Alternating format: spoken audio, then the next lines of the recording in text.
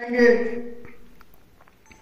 1,00,000 शब्दों का हिंदी का पूरा ये 1,00,000 शब्दों का बहुत अंतर है हिंदी और अंग्रेजी में। लेकिन हम कहीं न कहीं कुछ ग्रसित स्थिति में हो जाते हैं तो उसका परिणाम ये होता है कि फ्लाइट में भी चलिए, ट्रेन में भी चलिए,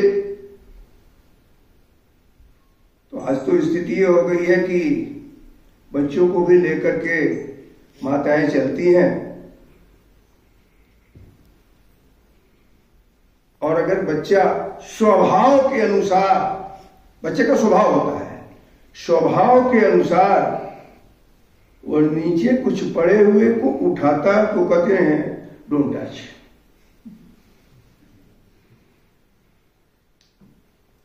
बच्चे का स्वभाव स्वाभाविक है और आप अपने स्वभाव में ओढ़ लिए हैं। दोनों में यह अंतर है, ओढ़ा हुआ अधिक दिन तक चलता नहीं है। स्वाभाविक रूप से ही जो रहता है वो चलता है। इसी नाते भारत में हमेशा जो स्वाभाविक है वह चला है। तो जब संस्कृति की बात आई तब लोगों ने ये कहा कि सब में परिवर्तन हो गया, भारत में क्यों नहीं हुआ? तब ये सब बात आई कि कुछ बात है कि हस्ती मिटती नहीं हमारी। यूनान, मिस्र, रोमा सब मिट गए जहां से, वो सभी मिट गए क्योंकि उनकी सांस्कृतिक विरासत जो है वह ओढ़ी हुई थी।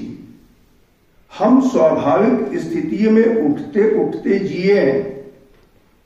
जिस बरगद संस्कृति की बात शशांक जी ने कहा, सचमुच बुद्ध को भी बुद्धत्व की प्राप्ति बरगद के वृक्ष के नीचे ही हुई थी, गया में, बोध गया में। गया में जब बुद्ध को बुद्धत्व की स्थिति आई तो उसका नाम बोध गया हो गया।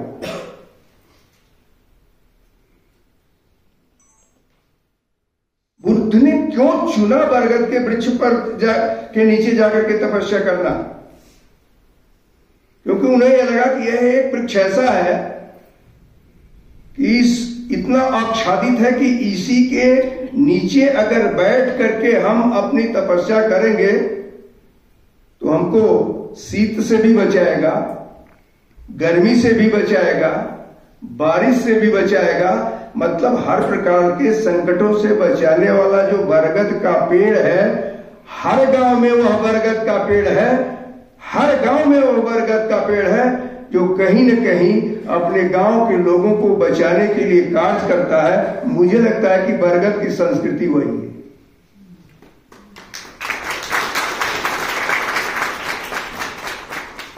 कि बुद्ध को भी ढूंढना पड़ा तो बट वृक्ष ही ढूंढना पड़ा। जागृति की यात्रा जो ये चला रहे हैं,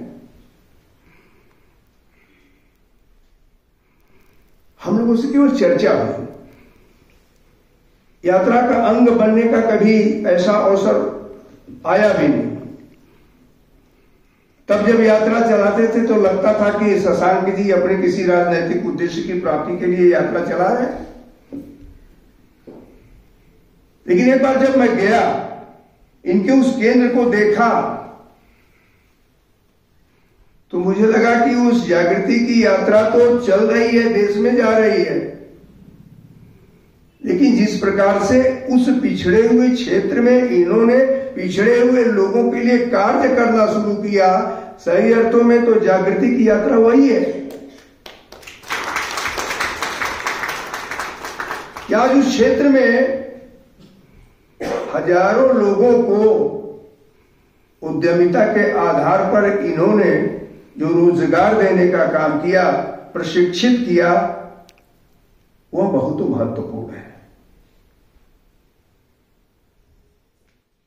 अभी मैं 2 दिन पहले इसी अमृतकाल, आजादी के अमृतकाल पर अपने विषय को रखने के लिए मुझे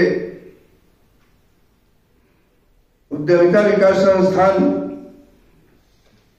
अहमदाबाद में आमंत्रित किया गया था। मैं गया था।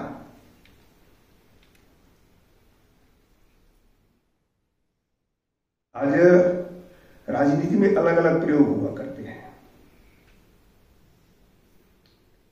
कभी एक प्रयोग वीपी सिंह जी ने भी किया था, अपने चुनाव की जीत के लिए किया था, दुर्भाग्य से चुनाव हार गए। इस देश में छुपाने की प्रवृत्ति हमेशा रही है, लेकिन वास्तव में अगर देखिए तो अगर किसी ने नहीं छुपाया है तो गांव में रहने वाला वही व्यक्ति नहीं छुपाया है। मैं एक उदाहरण देना चाहता हूं। गरीब से गरीब व्यक्ति की हमारे तरफ जब कहीं कोई शादी देखने के लिए उसके बेटे का आता था तो गांव के लोगों से घूम करके कहता था कि आज मेरे बेटी की शादी के लिए बरदेखुआ आने वाले हैं। मतलब वो बर है तो उसको देखने वाले लोग, भोजपुरी में हुए तो बरदेखुआ आने वाले हैं। तो बरदेखुआ जब आएंगे तो हमारे यहां देख करके क्या जाएंगे, तो शादी हो पाएगी कि नहीं हो पाएगी। तो जो सबसे समृद्ध परिवार होता था वह कहता था कि चले आओ मेरे दरवाजे पर बैठो, सब कुछ यहीं तय हो जाएगा। उसके दरवाजे पर जाते थे बर देखने वाले, और जब जाते थे तो जो समृद्ध व्यक्ति था वो वर्णन कर